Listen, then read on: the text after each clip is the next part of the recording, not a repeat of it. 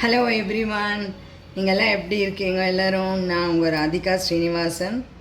I hope you are all enjoying with your kids. Your holidays எல்லாம் நல்லா enjoy பண்ணின்னு இருப்பேன்னு நினைக்கிறேன்.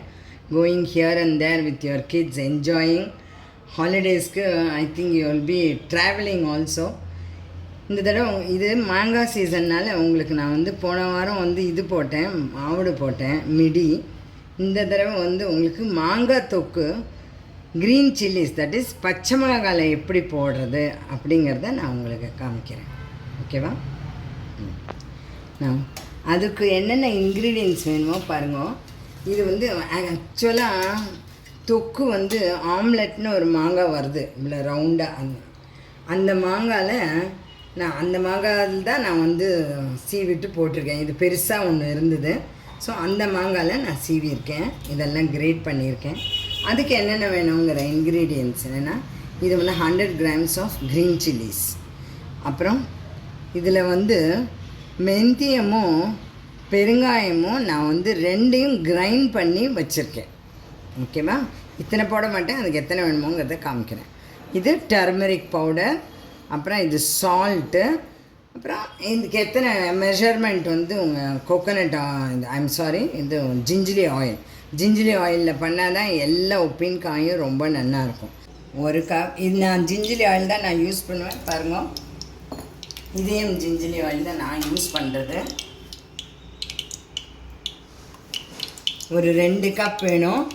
ஏன்னா நிறையா ஒரு பெரிய ஆம்லெட் ஆயிலில் தான், ஆம்லெட் மாங்காவை தான் நான் கிரேட் பண்ணி வச்சுருக்கேன்.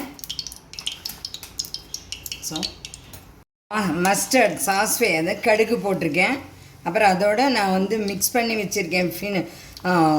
மெந்திய பவுடரும் பெருங்காயமும் ரெண்டையுமே சேர்த்து நான் அரைச்சிட்டேன். அதையும் இதில் போட்டு நல்லா இது பண்ணுவேன். நீங்கள் எத்தனைக்கு எத்தனை கொஞ்சம் ஜாஸ்தி போட்டாலும் நல்லா தான் இருக்கும். உங்களுக்கு மெந்தியமும் பெருங்காயமும் தான் இதுக்கு ரொம்ப ஸ்மெல் ஜாஸ்தி, அதுதான் ரொம்ப நல்லாயிருக்கும். இப்போ நெக்ஸ்ட்டு என்ன போட போகிறேன்னாக்கா, பாருங்கள், பச்சை மிளகாய் ஒரு 100 grams. அப்புறம் இப்போ மஞ்சப்பொடி போடுறேன். இதோட இதுக்கு 100 grams ஆஃப் பச்சை மிளகாய் எடுத்துகிட்ருக்கேன். அதை நான் கிரேட் பண்ணி வச்சுருக்கேன். பாருங்க,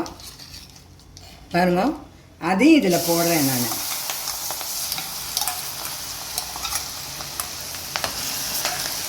இப்போ அதோட நான் இப்போ சீவி வச்ச மாங்காய்,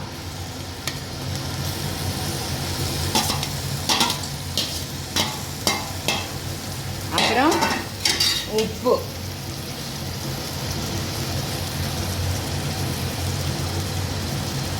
இப்போ சில பேர் கொஞ்சம் வெள்ளை பொடியும் போட்டுப்பா.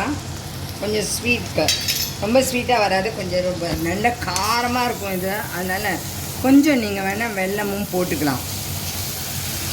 இதை நல்லா பற்றியெல்லாம் வதங்கின்னு வந்துட்டுருக்கு. ஆயிலும் நல்லா குப்புன்னு வந்துட்டுருக்கு. பாருங்க, எவ்வளோ நல்லா வந்துட்டுருக்கு பாருங்க. இப்போ பார்த்தா நாக்கெல்லாம் ஊறுறது. அதில் கொஞ்சோண்டு ஜாகரி பவுடர், தட் இஸ் வெள்ளை பொடி வேணால் கொஞ்சோண்டு போட்டுக்கோங்க. நீங்கள் 1 டீஸ்பூனோ 1/2 டீஸ்பூனோ உங்களுக்கு எத்தனை வேணுமோ போட்டுக்கோங்க. பிகாஸ் இது ஃபுல் அண்ட் ஃபுல் இது நம்ம பச்சை மிளகாவில் தான் பண்ணியிருக்கோம். நான் ரெட் சில்லி பவுடர் நான் இதுக்கு யூஸ் பண்ணவே இல்லை. நான் வெறும் பச்சை மிளகாவில் தான் நான் இந்த தடவை உங்களுக்கு இதை காமிக்கணுங்கிறது. பிகாஸ் பாருங்க, இது நல்லா இதாக வந்துட்டுருக்கு. எண்ணெய் எல்லாம் பொங்கி வெளியில் வர்றது பாருங்க.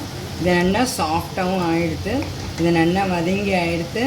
இது காரம் எல்லாம் அதில் ஜாயின் ஆயாச்சு. ஈவன் கொஞ்சம் இது போட்டுக்கோங்க நீங்கள். அப்புறம் லாஸ்ட்டு நான் என்ன பண்ணுவேன், எப்போ ஐ வில் ஆட் எல்லா பிக்கிள்ஸ்க்கும் போடுவேன். ரொம்ப போட மாட்டேன். இத்தனை ஆப்பிள் சிடர் வினிகர் நான் கண்டிப்பாக ஆட் பண்ணுவேன். என்னோடய எல்லா பிக்கிள்ஸ்லேயும் வினிகர் இருக்கும். Vinegar is very good for health. நான் ஏன் வினிகர் போடுறேன்னா, நான் வேறு ஒரு ப்ரிசர்வேட்டிவ்லாம் அதெல்லாம் ஒன்றுமே போட மாட்டேன் எக்ஸப்ட் ஃபார் வினிகர். உங்களுக்கு ஊறுகாயும் நிறையா நாள் வரும், கெட்டு போகாது. சிடர் வினிகரும் ரொம்ப நல்லது. Apple cider vinegar is very good for health. So you please do it and share with me and comment and subscribe for my channel. Thank you. Have a nice holiday. Bye.